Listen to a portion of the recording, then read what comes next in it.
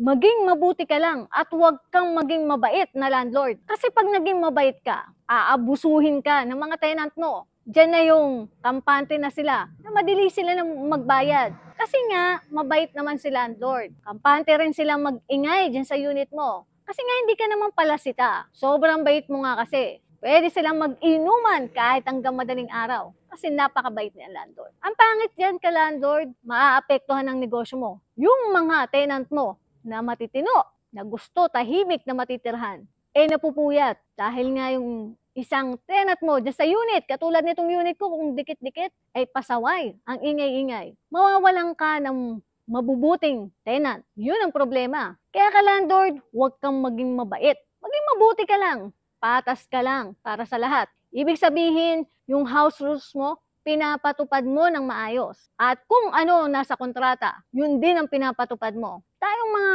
landlord, tayo ang leader ng paupahan natin. Kaya dapat meron tayong paninindigan at mabuti tayong tao. Hindi mabait, magkaiba yon.